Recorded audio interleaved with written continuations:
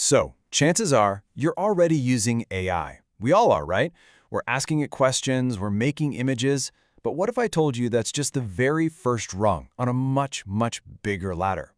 Today, we're going to explore a really powerful, strategic way to think about AI, a framework that takes us from just playing with simple tools to building truly game-changing systems. Okay, so what's the game plan? First, we're going to break down what I'm calling the new power trio of strategic AI. Then, we'll start climbing the 3 levels of the AI ladder, from simple methods all the way up to complex systems. And we'll wrap it all up with what is, without a doubt, the most important piece of this whole puzzle, the human in the loop.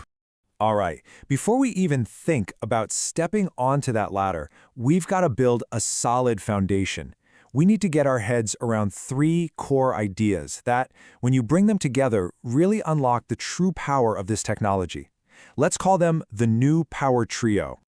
First up, we've got Foresight. Now, this isn't about having some magic crystal ball. Not at all. It's about having a clear, organized vision of where you're trying to go and building the ability to anticipate what's coming around the corner. Think of it as your strategic compass. Next in the trio is innovation. This is our engine. It's that mindset, that nothing is ever really finished, that everything can be tweaked and improved. It's this constant drive to iterate that lets us get better and better at using new tools. And the final piece of our trio is, of course, artificial intelligence itself. The best way to think about AI here is as a massive amplifier. It takes our foresight and our innovation and just cranks them up to 11.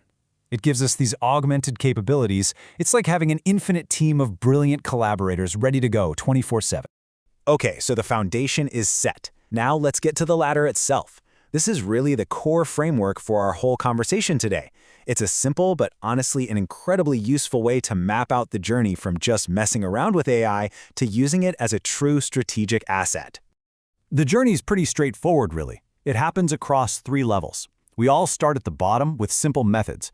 The goal, though, is to move up to structured processes and then ultimately to build fully integrated systems where AI becomes a fundamental part of how we get things done. Now this slide is super interesting because it just lays out the trade-offs so clearly. Take a look at the methods level. The complexity is low, which makes it easy to jump in, but our control is pretty limited, and the risk of things like AI hallucinations, where the AI just confidently makes stuff up, that risk is high. The big takeaway here is that as you climb this ladder, you're trading that ease of use for control. Yeah, the complexity goes up, but so does your power to manage the output and keep the risks in check. So let's start at the very beginning. Level 1, methods. This is where pretty much all of us are living today. It's all about using individual AI models as these standalone tools to get one specific, single thing done.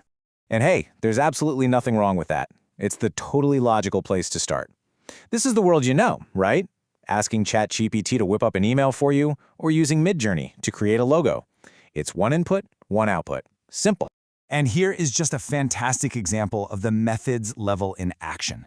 The NGO Plan International had these deeply powerful stories written by young women about what they imagined their lives would be like. So they used a simple method. They fed these stories straight into the AI tool Midjourney. The result? These absolutely stunning, powerful illustrations that brought those visions to life. It's the perfect example of one simple input leading to one powerful output. The real leap, the big jump forward, happens when we move up to level 2, processes. This is where we stop just using the tool and start intentionally designing the workflow that the tool fits into. We're not just prompting anymore, we're becoming architects. And this slide right here captures maybe the biggest mindset shift of this entire explainer. The amateur way is to be tech first. You get a shiny new AI tool and you ask, what can I do with this? The professional, strategic way is goal first. You start with your objective and then you design a process asking, okay, where can I strategically plug in AI to make this whole thing better, faster, or smarter? So let's make this real. Here's a perfect example of a process. A researcher needed to map out every single postgraduate program related to Foresight. Instead of just one prompt, they designed a 4-step workflow. Step 1, query 4 different AIs to cast a really wide net. Step 2, mash all those results together. Step 3, and this is the absolute key, a human expert comes in to validate the data, catching all the errors and the crazy hallucinations. And finally, step 4, generate the clean final list. The result? A task that would have taken days of manual research was done in a single hour. That is the power of designing a process.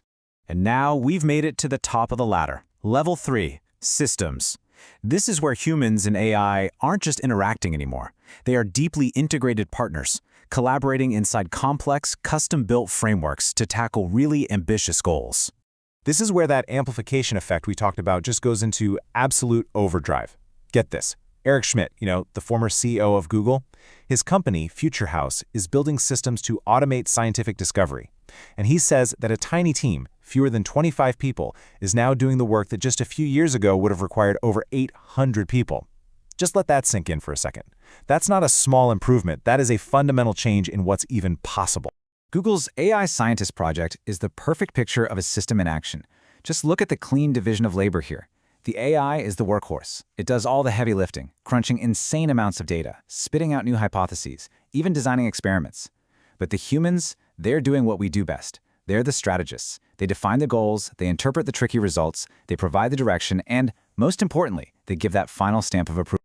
And that brings us to the most vital, the most critical component in this entire framework. As we build these incredibly powerful processes and systems, the single most important element is, and always will be, us. But look, building these systems isn't just about writing code and feeding it data. It's a massive design challenge with huge ethical questions. As the architects, we have a real responsibility here to think about governance, to protect privacy, and to make sure that the way humans and machines interact is actually good for our well-being. This right here is the golden rule. I don't care how advanced the AI gets or how automated the process becomes. The final step, the final check, the ultimate sign-off must be human. It's the non-negotiable backstop that guarantees quality, safety, and that the system is actually doing what we want it to do. So I'll leave you with this one question to think about. Go back to your own work, look at how you're using AI right now, and ask yourself, am I just a user of a tool, or am I ready to become an architect of a process? Because that simple shift in thinking, from user to architect, that's where the real incredible potential of this technology is just waiting to be unlocked. Thanks for joining me on this explainer.